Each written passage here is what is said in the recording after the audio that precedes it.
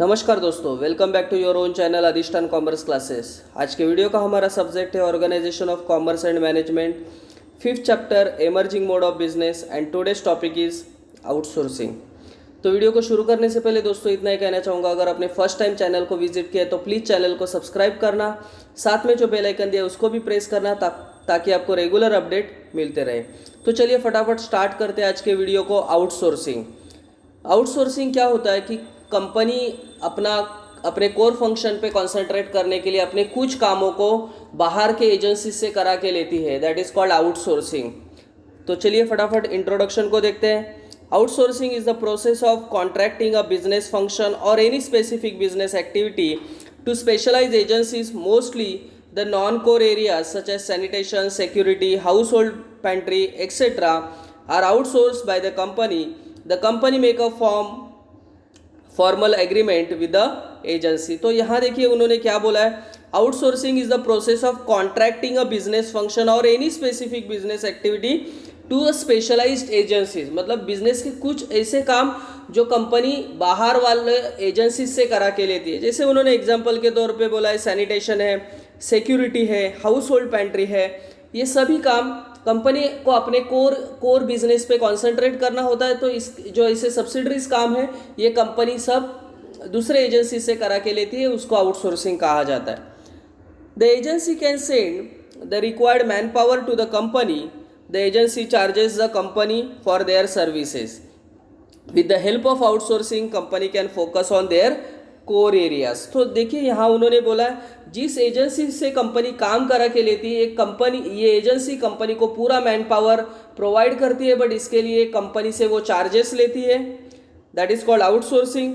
With the help of outsourcing company can focus on their core areas of business. देखिए ये ऐसा company क्यों करती है, क्योंकि बाकी के जो दूसरे जो काम से वो दूसरों से करा के लेने से कंपनी को अपने कोर एरिया मतलब जो कंपनी का मेन बिजनेस है उस पर कॉन्सेंट्रेट करने के लिए टाइम मिलेगा.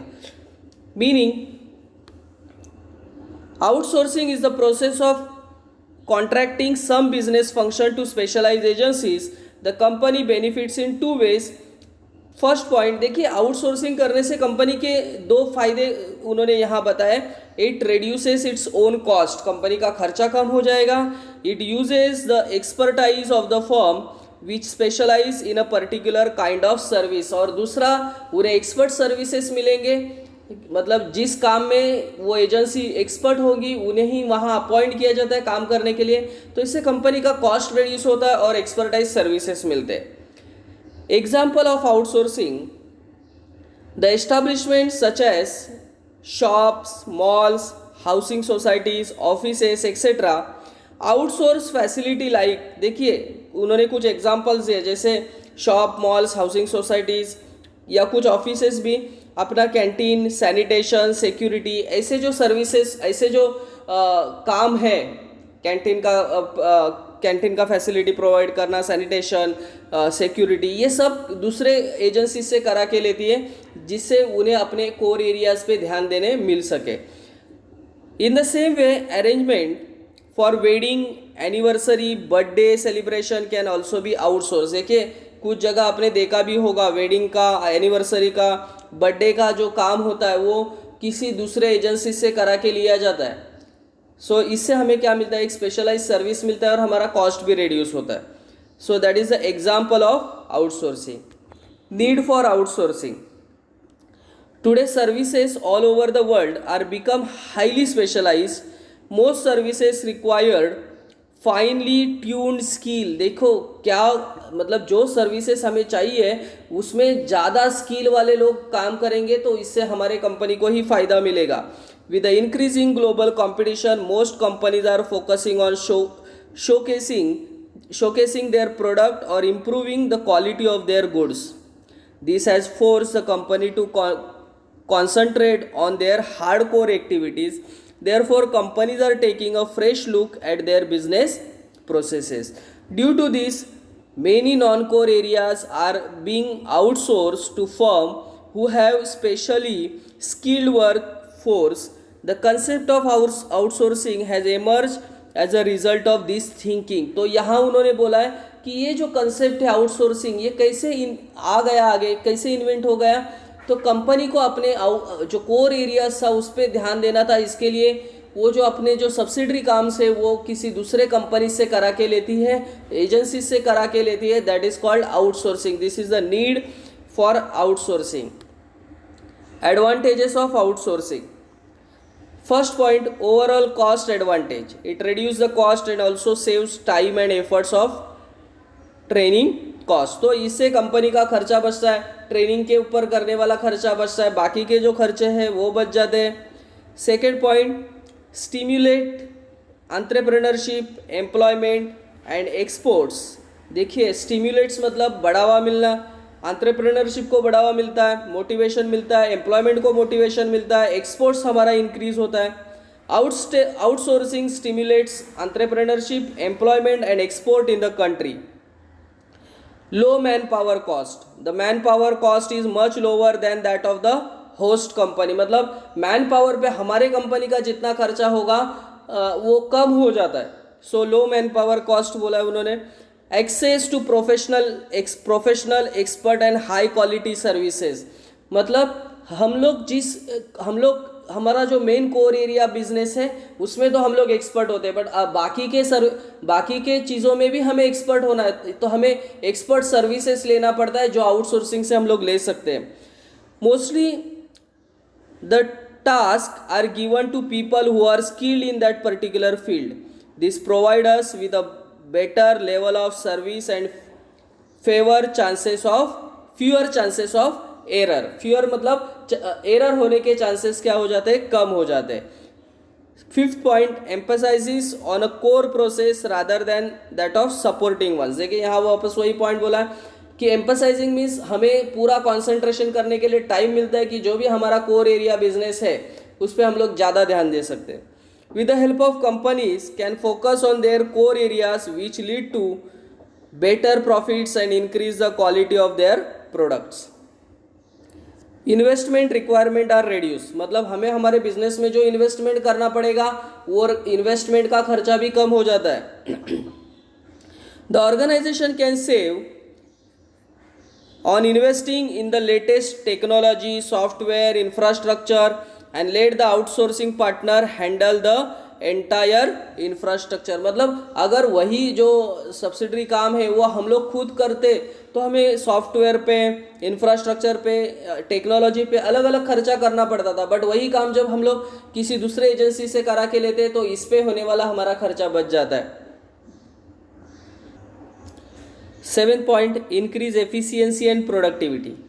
There is an increase efficiency and productivity in the non core areas of the organization. तो जो भी हमारा non core areas of business है वहाँ हमें ज़्यादा एफिशिएंसी, ज़्यादा प्रोडक्टिविटी देखने मिलेगा। Knowledge sharings, outsourcing enable the organization to share knowledge and best practice with each other. It helps to develop both the companies and also boost goodwill in the industry. तो देखिए outsourcing से दोनों company को फ़ायदा मिलेगा, दोनों company एक दूसरे का जो नॉलेज है वो शेयर कर पाएंगे, इससे मार्केट में दोनों कंपनी का गुडविल इंक्रीज होगा। These are the 8 benefits, advantages of outsourcing. Now we are going to see disadvantages of outsourcing. देखिए जिस तरीके से कुछ फ़ायदे होते हैं कुछ नुकसान भी होते हैं। तो पहला डिसएडवांटेज है lack of customer focus. An outsourced vendor may be catering to the needs of multiple organizations at a time. In such a situation, he may lack complete focus on an individual organization. As a result of the organization may suffer. देखिए जब हम लोग किसी दूसरे agency को हमारा काम देते हैं तो जिस एजेंसी को हमने काम दिया है वो एक वक्त में बहुत सारे कॉन्ट्रैक्ट्स उन्होंने लिए होते हैं, तो वो हमारे कस्टमर पे या हमारे काम पे ज़्यादा कॉन्सेंट्रेट नहीं कर पाते, तो इससे हमारे कंपनी को क्या हो सकता है, नुकसान हो सकता है। Lack of customer focus. An outsourced vendor may be catering to the need of multiple organization at a time. मतलब एक ही वक्त में अलग अलग ऑर्गेनाइजेशन के लिए ऐसे एजेंसीज काम करते होते हैं। In such a situation, he may lack complete focus on individual organization. तो अगर हमने किसी एजेंसी को काम दिया है और वो एजेंसी अगर दूसरे कंपनियों का भी काम कर रही है तो वो हमारे काम पे ज़्यादा कॉन्सेंट्रेट नहीं कर पाएगी। As a result the organisation may suffer. Second point, a threat to security and confidentiality. जब हम लोग हमारा जो नॉलेज है, हमारा बिजनेस का नॉलेज जब शेयर करते हैं तो इससे हमारे बिजनेस का जो सिक्योरिटी है या कॉन्फिडेंशियलिटी है उसको प्रॉब्लम क्रिएट हो सकता है। The confidential information of the organisation may be leaked to the third party, so there are security issues. मतलब हमारे बिजनेस के जो भी कॉन्फिडेंशियल मैटर्स होंगे वो सामने वाले पार्टी को, मतलब जो एजेंसी जिसको हमने काम दिया है उसको समझ में आ सकते हैं। Third point, dissatisfactory services. Some of the common problem areas with outsourcing include stretch delivery time and substandard quality. मतलब स्ट्रेच डिलीवरी टाइम मतलब हमने अगर किसी एजेंसी को काम दिया है तो वो काम करने में ज़्यादा टाइम ले सकती है। दूसरा चीज़ उन्होंने और बोला है स्टैंडर्ड ऑफ क्वालिटी, क्वालिटी का जो स्टैंडर्ड है वो लो स्टैंडर्ड हो सकता है। Fourth point, ethical issues.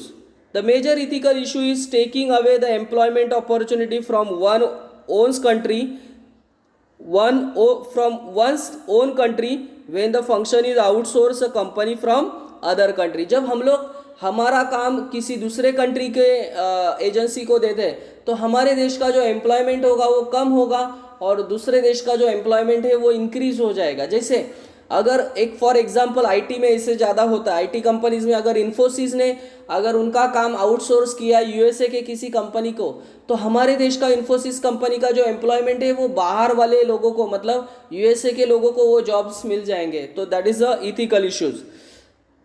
Other disadvantages, misunderstanding of the contracts, lack of communication and poor quality and delayed services.